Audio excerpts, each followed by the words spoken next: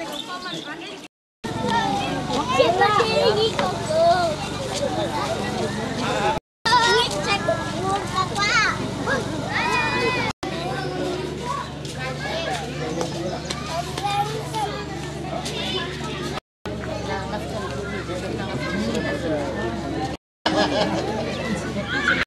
tsinjoana moa araka ny resaka iny dia efa tamin'ny taona 2020 nefa niasa teto Brickaville niady amin'ny fitrosana moa sy fanentanana ny vahoaka mba handray anjara fampandrosoana ny tegna tanjona fa amin'izao fotoana izao moa zany dia misy ny fiaraha-miasa miaraka amin'ny ONG luxembourgeois et de Madagascar ka nanapa-kevitra ny ametraka cantine scolaire enina eto amin'ny district'ny Brickaville.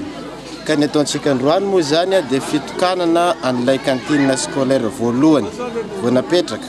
Izao toerana hitantsika zao dia cuisine sy magasin ametrahana ireo sakafo atao ho an'ny ankizy. Ianareo projet tsinjoana inona marina moa tompoko ny andraikitra anareo amin'ity cantine scolaire ity? Ny ONG tsinjoana moa zany dia mpanatontosa fa ny EDI Madagascar no mpamatsy vola. Raha anatin'ny districtny Brickaville dia misy commune firy no iasan'ny projet tsinjoana? Eto aloha zany dia mbola commune roa dia ny commune Brickaville sy Voatranivona no ny iasan'ny ity tetikasa cantine scolaire ity fa ny an'ny tsinjoana satria manana tetikasa maro dia efa manerana ny commune Brickaville. Inona tompoko no tanjonareo amin'izao fiaraha-miasa amin'ny resaka fanabeazana izao?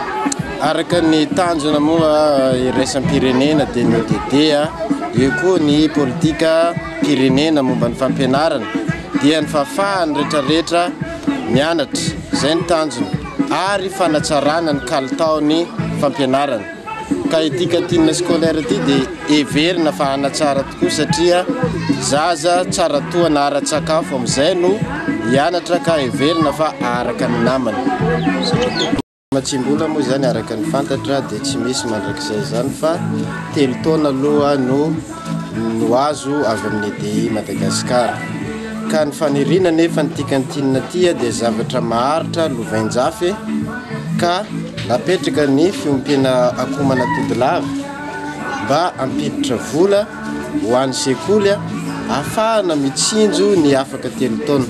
Misy ihany koa moa satria manambady fantatsika amin'ny resaka jono dia misy lakana anakiroa koa any zay magnarato zany mpagnarato dia ny antsasaky ny vokatra aterina aty amin'ny sekoly zay ilain'ny cantine moa no an'ny cantine ny ambibava kosa atao hitadiavam-bola ka rehefa mitambatambatra dia ny zao ampiandohana zao ny fitadiavam-bola dia heverina fa azaka tegna ity cantine ity afaka 3 taona.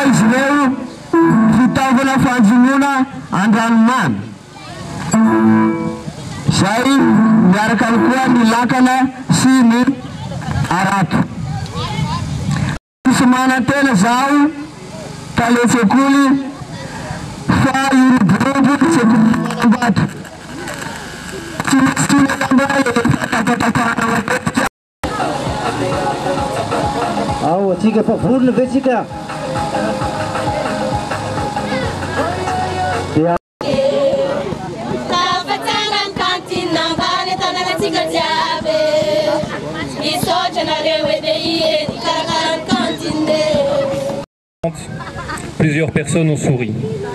Plusieurs personnes nous ont dit Même le ministère de l'Éducation nationale a essayé de faire des cantines avec son programme d'alimentation scolaire basé sur les apports locaux et ils n'ont pas réussi. Eh bien, qu'à cela ne tienne, nous avons confiance dans les villageois. Nous avons confiance dans l'équipe de Tsinzoaina, dans l'équipe qui va mettre en place le projet. Et nous savons que nous avons tous les atouts pour pouvoir réussir. Alors nous avons été vendre notre idée à nos bailleurs de fonds et nous sommes arrivés à les convaincre. Aujourd'hui, bien que nous soyons en train de faire l'inauguration d'une cantine, en réalité, nous commençons le projet. Jusqu'à présent, nous avons investi dans la construction d'une cuisine, dans la mise en place d'une ferme, dans la mise à disposition de matériel de pêche. Nous avons mis en place un comité de cantine, nous avons dispensé quelques formations. Bref, nous avons mis en place tous les éléments pour que le projet puisse démarrer dans de bonnes conditions.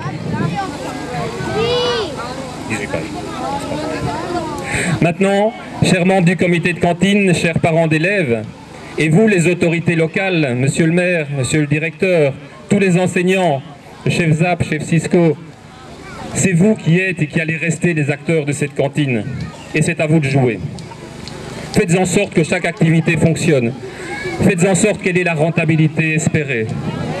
Faites en sorte qu'elle soit aussi un vecteur de formation professionnelle pour tous les enfants. Nous sommes bien sûr encore avec vous pendant quelques temps pour vous aider à prendre votre envol, pour vous soutenir, pour vous guider dans le démarrage de toutes ces activités. Mais cette cantine, ce n'est pas la cantine d'Edi Madagascar, ce n'est pas la cantine de Tsinzoaina, c'est votre cantine, c'est la cantine des enfants. Alors cette cantine, faites-la vivre, faites-en un succès, faites qu'on la prenne en exemple dans toute la région, faites qu'elle devienne un modèle qu'on voudra reproduire dans d'autres établissements scolaires. Le potentiel de réussite est là. Maintenant, c'est votre niveau d'implication qui sera le vecteur de réussite de cette cantine. Alors vive la cantine de Manambato et vive Madagascar. Merci.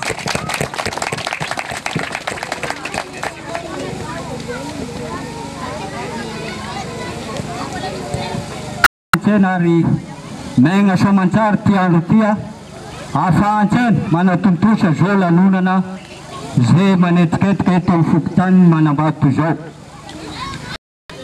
Zay miara-misy alay tompoko lay tompoko vavy ajenisany. Ny volohanteny dia miaraba antsena tsirekireky zay tonga manotrona zao lanonana zao.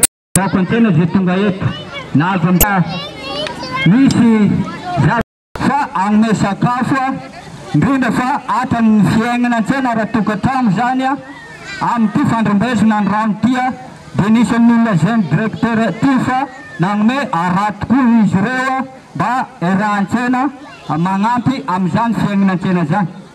Ny magnaraka an'igny angadina anagnana sy vina tany dia ny projet tsinjoegny isorona manokany satria tsy zanak'rakalo hafa ianareo fa nagnatona anay aty fotony ndrindra fa akito amin'ny fokotany Manambato tola anisan'ny tahirina agny amin'ny fokotany ny Vitanivony dia ny CG zany sy ny EPP. Irarina ity asa zay andreketanireo ty mba hitodimorona soamantsara ary izay kosa agnome toky anareo fa hiara-misy alay aminareo amin'ny fanatotosana zany adidy ho any antsena tsirekireky zany. Ity zavatra ty dia tsy ho an'olo toka fa ho antsena jiaby miara-misy alay na amin'ny fanatotosana ny asa ndrindra fa ara-sosokevitra. Ka noho izany entanina antsena jiaby na ny fokon'olona na ny ray aman-dren'ny mpianatra rehefa misy asa tokony tandrify antsena tsirekireky mba agnamafy ndrindra fa hiary entana mba hampandroso ty cantine scolaire antsena tia amin'ny fokotany Manambato. Fa azo atao hoe tapitra moko zareo mpitantina anany ndrindra fa mpitarika dia rafandarana ny zavatra natsiny sady mamelana androa na avy agny amin'ny distrika na avy agny amin'ny commune ndrindra fa ny ray aman-dreny zay miara-milahatra sy ny mpampianatra rehetrarehetra eto amin'ny fokotany Manambato vahoaka jiaby fa isotra manokana ho an'zareo amin'ny LD de Madagasikara. Misaotra anareo izahay agnatin'ny fokontany Manambato mitomboka amin'ilay zaza-kibo ka hatramin'ny antitra izay mbola velona aketo. Misaotra izahay satria antony nahoana araky ny tantaren'ny talohan'ny sekoly teo tsy izay voatanisako tsony fa maro dia maro ny fanomezana ary maro dia maro izay mbola omena araky ny teny napetrakareo. Ka noho izany tsy hainay tsy hisaotra anareo amin'ny LD de Madagasikara mitomboka amin'ny voalohany ka hatramin'ny rantsany amin'ny farany ambany.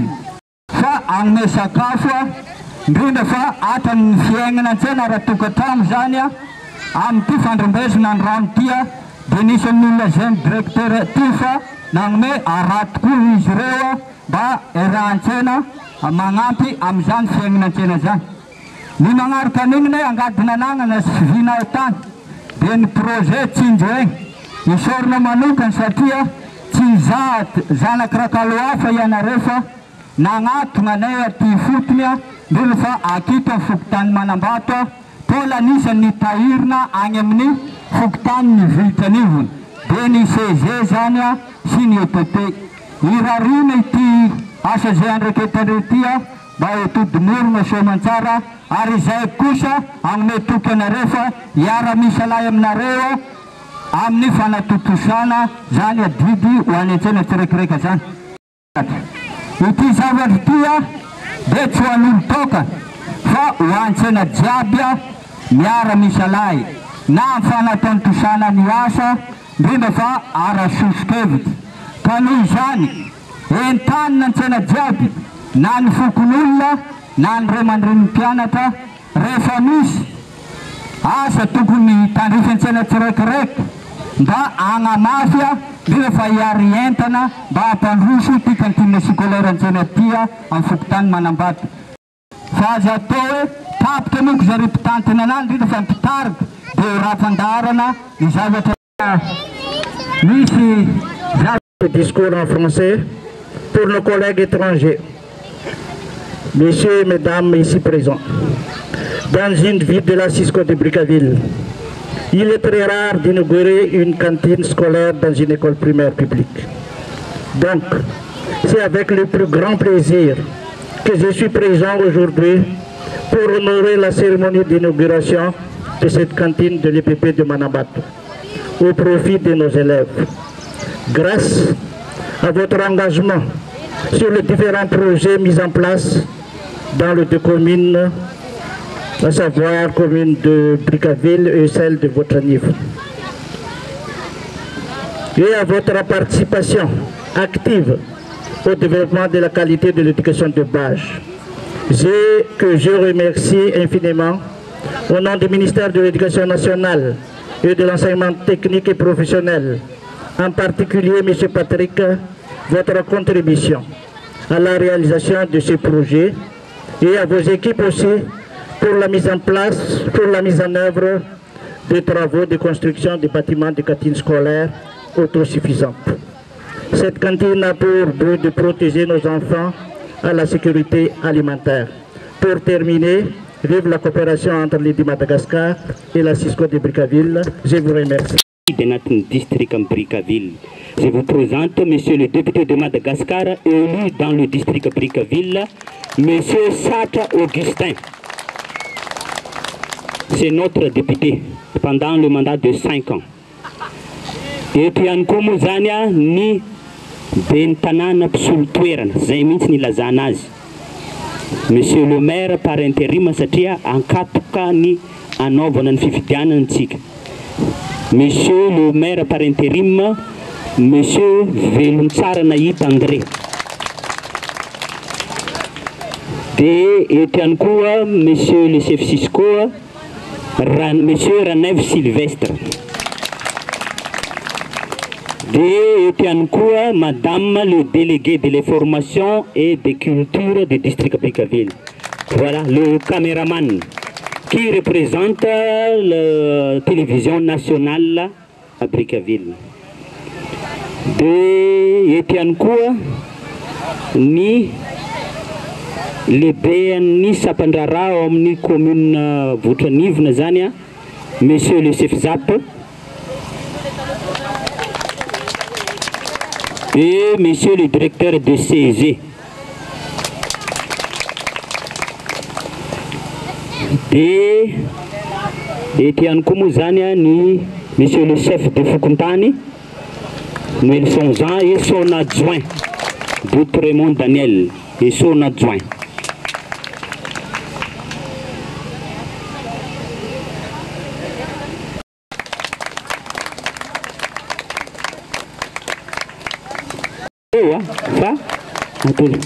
Monsieur le maire candidat de l'élection communale du 27 novembre prochain. Et eto Brickaville tamin'ny taona 5,7 zany hoe zany 20 taona ny tsinjoaina raha eto Brickaville zany resahana. Tsara ny afantarantsika an'izany zay. Merci monsieur. Zany eto Manambato ny siny zay cantine scolaire zay ary lavalava makano zay satria maromaro no atsangana za cantine scolaire zany. Le mahazo cantine scolaire mety moramora ihany satria fanampiny vazaha le izy. Fa ny fanoizatsika azy no ny tena tsara satria raha mitohy io zany dia ny zanakatsika ny voalohany aloha ny mahazo tombotsoa satria araka le ohabolana zay zay voky maharaka ny namany.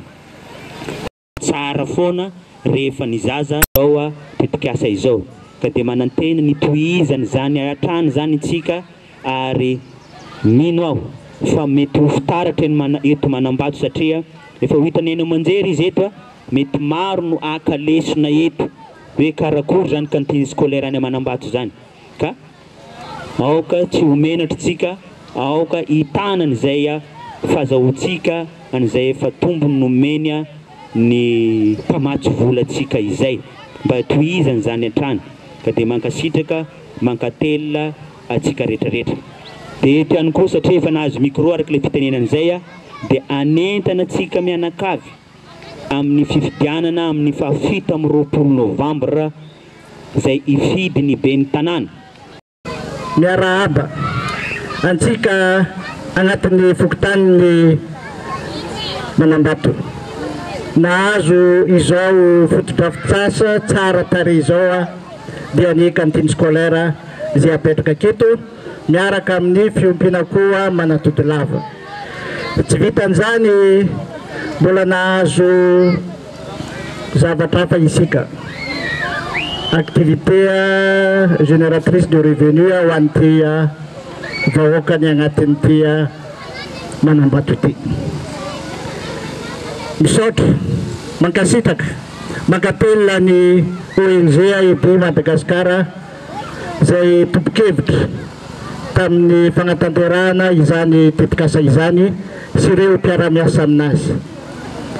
Ankasitrahana koa ny ONG Tsinjoaina mpanatanteraka ny asa zay nivinavinaina vinavinain'ny ONG EB de Madagasikara ho an'ity Fokontany ity. Tsara ny mahazo raha fa mitaky adidy sy andraikitra ho antsika jiaby ny fahazahoanan'io cantine scolaire io. Araka ny resaka nandeha teo dia afaka telotona dia hiala na isintaka tsikelikely amintsika ny ONG Tsinjoaina. Dia an'izao zany antsika dia tokony samy andray andraikitra mavitrika amin'ny fampandehanana ny cantine scolaire io. Fa za miandry afaka telotona zay vao andeha aketo.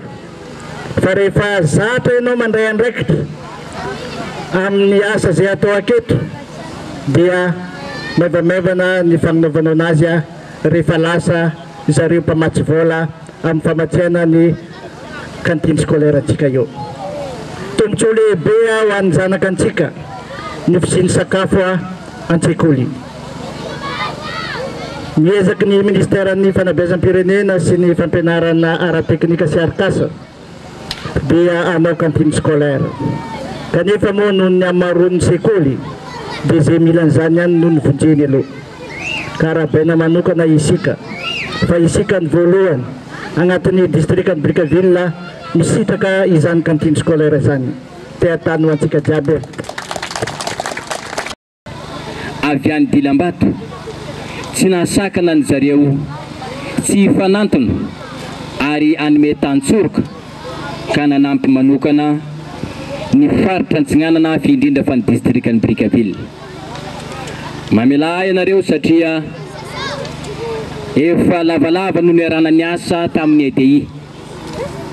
Raha mbola fony be ny tanàna ny tenako dia efa nanome tolo-tanana manokana ho ahy tamin'ny be ny tanàna ny EDI de Madagasikara miaraka amin'ny tsinjoaina sy ny mity. Nanomezana fotodrafitrasa lehibe indrindra tao amin'ny Fokotany Ambodivoangy EPP manara-penitra zay tena tsara indrindra.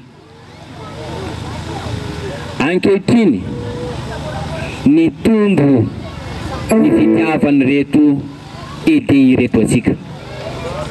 Tsy vitan'izay Tantsoroka fanomezana ny fanabeazana ny zaza malagasy tamin'ny fampitomboana ny fahaizana. Fa mbola nanome ihany koa Tantsoroka amin'ny fanampiana ara-tsakafo izay antoka indrindra araka ny voalaza ny tarenin-tsekoly teo. Fa ho foana manomboka eto ny fahatapatapahana tsy fahatongavana ny tsekoly ratsy sanatrika marary ary hitombo avy hatrany ny tampahafana noho ny fahazotoany sy fahavitriany ankizy hiatrika n'izany fianarana ho ataony izany. Zahay dia tsy ho hainay ny tsy hankasitraka manokana ny entreprise izay namita ny fotodrafitrasa izay inoako fa tsy nahazo feam-potoana lava akory fa tanatin'ny fotoana fohy dia nahavitana izao endrika trano mafy ary mateidera zao.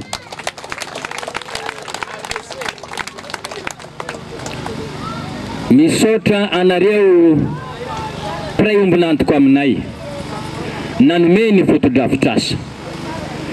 Nanazava teo ny talen'tsekoly, ny chef Cisco, ny Fokotany fa tsy vita ny fanomezana trano matanjaka ho atsika.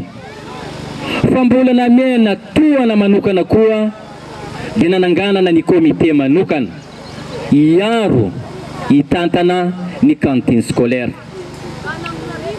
Izany hoe mitodika ho amintsika anatin'ny komite fa tsy ny fahazahoana fotsiny, tsy ny fanomezana Tantsoroka amin'ny alalan'ny lakana sy arato, ny fanomezana ny akomana tody lava fotsiny no tanjona, fa manana andraikitra lehibe tsika dia ny fiarovana voalohany ny fotodrafitrasa ary indrindrandrindra ny fitantanana aharitra ananatsika n'io cantine scolaire io. Maro ny école misy eto Brickaville dia ianareo ny antefahany safidy manokana ka nahazoanareo an'izany Tantsoroka zany. Aza mitodika na mieritreritra ny ansatak'olo mbola ho avy fa ny anareo fahazo dia manana fahasarotam-piaro hitazona ary anaja ny fotodrafitrasa io ananatsika ny fahareta ny cantine scolaire eto Manambato satria olo vainjafy udimbiazany taranaka ny fananatsika an'io fa tsy sanatriaka hoe ny taona 2024 ihany no nahenona fa misy cantine scolaire. Fa ny mpianatra anatin'ity EPP ity izay ho lasa député amin'ny fotoanandrony dia mbola mahita ny cantine scolaire io ijory eto Manambato.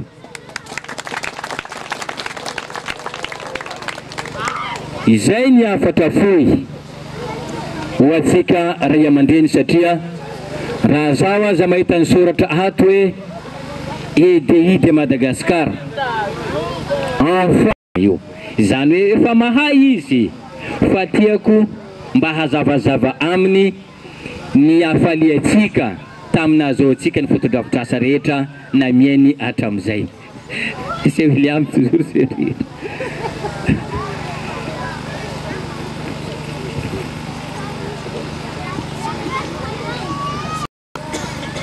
tsirairay dia nitazona ny soatoavina malagasy, nametraka ny teny alafady alatsiny alohan'ny Korana. Ka araka ny voalazako teo, mananamana ihany koa atsika vahiny eto dia mangataka amintsika rehetra mba handika fohifohy ny teny ho amin'ny teny frantsay ho moramora ho azony reto namatsika reto.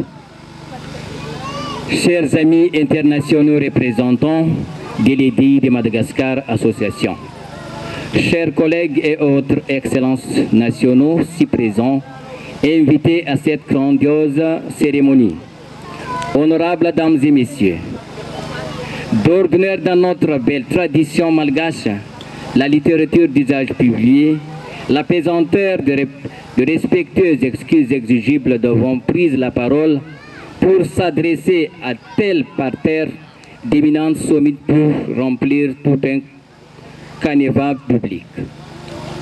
Mais permettez que je fasse courte pour vous adresser des primes d'abord, mais sincères et cordiales salutations de bienvenue à Manambato. Des salutations enthousiastes que j'entends porter au nom de la population de Brickaville et à mon nom personnel, et particulièrement en celle fouctante de Manambato. Permettez-moi de rappeler que cette dotation infrastructure éducative offerte par l'association EDI de Madagascar, objet de notre cérémonie festive de ce jour, entre dans une longue liste et réalisation d'établissements scolaires construits dans la commune Vuchanivne et commune urbaine de Brickaville. Avec vous, preuve la nouvelle EPP flambant neuf avec ses équipements pédagogiques haute de gamme, sans architecture futuriste dans la splendeur, rivalise de beauté avec les meilleures écoles construites de la grande ville de ces pays. Cette dite école est construite dans les fouctans de Boudouang voisins par EDI de Madagascar. Et aujourd'hui, les belles infrastructures devant nous, la cantine scolaire de Manambato, commune rurale de Vuchanivne. Voilà donc les modèles d'une indéfectible relation fructueuse et richement éducationnelle qui scelle dans les marbres de deux entités partenaires indivisibles. Car apprenez, mesdames et messieurs, qui dit école, dit temple de savoir et dit renforcement du développement humain au premier degré.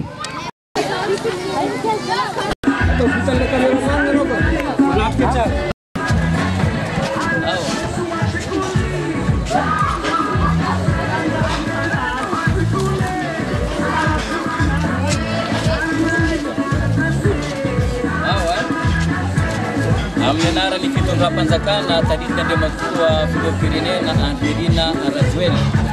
Amin'ny anaran'ny lehiben'ny gouvernemanta tadidin'ny premier ministre Tsay Christian. Amin'ny anaran'ny ministeran'ny fampianarana éducation nationale sy ny teknika izay soloan'ny Andriamatoa Chef Cisco Tenaety. Amin'ny anaran'ny ministeran'ny intérieur soloan'ny Andriamatoa Chef district Tenaety.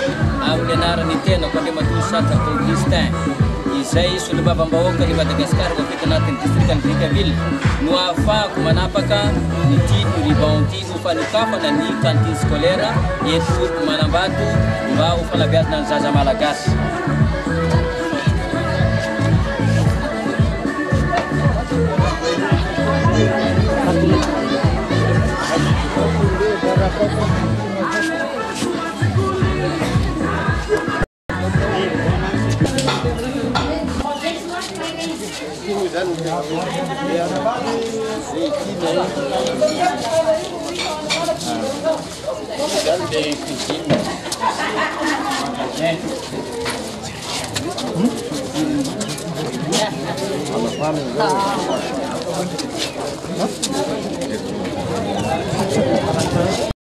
fianarana amin'ny fitenenana. Zay dia anisan'ny ray aman-dreny mpianatra ato amin'ny PP Manambato. Raha ny fietsehany koa amin'izao fotoana izao dia faly be zay satria tsary araka ny hira vakodrazana teo nataon'ny mpianatra teo zany dia hoe tsary nisy toy izao no teto aminay. Sady nahazo zay ny cantine scolaire, nahazo ny jardin potager efa misy akao dia nahazo koa ny efitrano fonon-tena koa Mangatody lava. Dia tena faly ny fonay ray aman-dreny mpianatra amin'izao fotoana izao. Sendra betsaka toerana.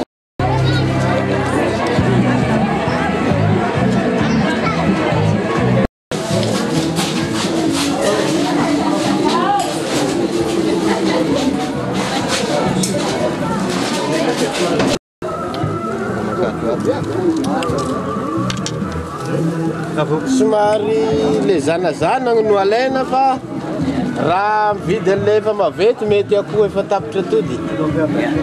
Alaina kely ndraiky izy mety akoho lahy.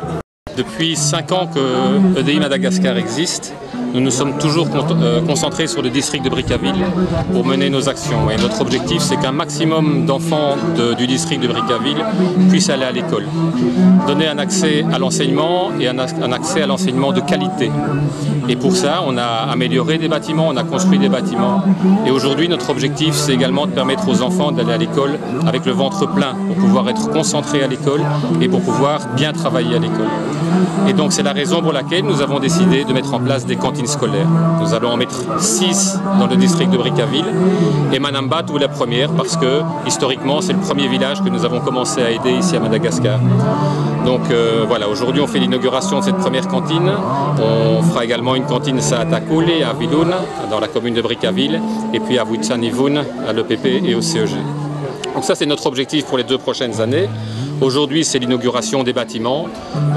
Maintenant ce que nous espérons tous, c'est que les parents d'élèves et que les comités de cantine travaillent en collaboration avec nous pour pouvoir récolter suffisamment d'argent de manière à ce que cette cantine puisse être autosuffisante. Donc que les différentes activités que nous avons mises en place autour de la cantine puissent permettre d'acheter la nourriture pour les enfants.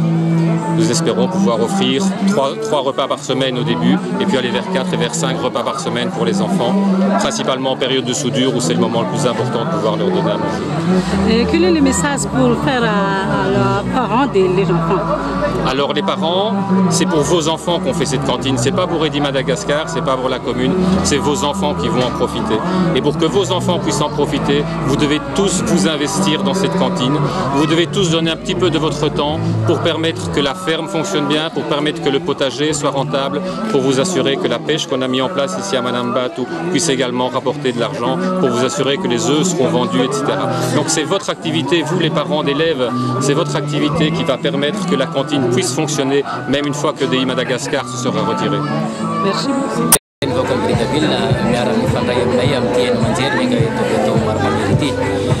Nuskafanandroany ny cantine scolaire zay niarahana tamin'ny ray ombanatoka EDI Madagascar sy ny ONG Mitia zay niarana totosa ny salahy tamin'ny fanatanterahana ty cantine scolaire ity. Ny zava-dehibe mahakasika anazy ity dia ny fahafahana mamporisika ny mpianatra tsy ho tapaka mandritra ny fiatrehana ny koro eritry ny fotoana fampianarana ho aty an-tsekoly satria na dia misy ny tsy fampiana sanatrin'izany any livon-tokantrano dia azo atrano ireo ankizy ireo ny hamonjy ny fianarana.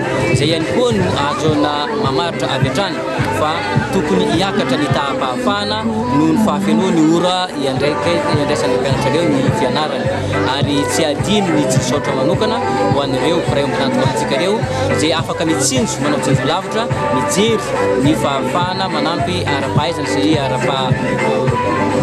ara-tsakafo ny zaza malagasy aty amintsika ary tsy vita ny fanomezana ny cantine scolaire zareo reo fa ny tsinjo ihany koa ny fahafahana miaro ny faharetan'ny cantine scolaire dia nanome tolotra amin'ny alalany appui ho an'ny ray aman-dreny anatin'izany fanomezana lakana sy arato aty amin'ny faritra Amorotsiraka ary indrindra fanomezana akoho manatody lava mba ahafahana mitaiza sy miaro ny faharetan'ity fitondra fitasomasinatsika. Ianao tompony afatra ho an'ny ray aman-dreny mpianatra? Ny afatra dia ny ahafahana miaro ny faharetany foto-drafitrasa sy ny fitazomana hatrany ny foto-drafitrasa io satria na dia teo ny tolotra avy amin'ireo vahiny avy amin'ny Dilambato ireo dia tokony manao ezaka ihany koa ny ray aman-dreny ny tompona antoka ary ho saro-piaro amin'ny fahafahana miaro ny foto-drafitrasa. Long dia isorona ny ONG zay nanome le foto-drafitrasa ary isorona koa ny tsindriaina zay nitarika agnatina anagnana sy vinahitana zao foto-drafitrasa lehibe zao ka nitanina ny vahoaka indrindra fa ny ray aman-dreny mpianatra satria tsy hanolotokana zao foto-drafitrasa zao indrindrandrindra fa zao cantine scolaire zao mba tsy raviravitanana amin'ny antsakany sy andavany amin'izao raha sanatria ka tapitra le programme ny projet dia anohy ananjy hatramin'ny farany. Faly dia faly ny fiatsaim-pone satria nahazo zao zavatra zao mba ampirisehana ny mpianatra hianatra ny ankizy rehetra dia tena faly tena misaotra ny teknisikara zay ary misaotra koa amin'izay tikarakara amindreo.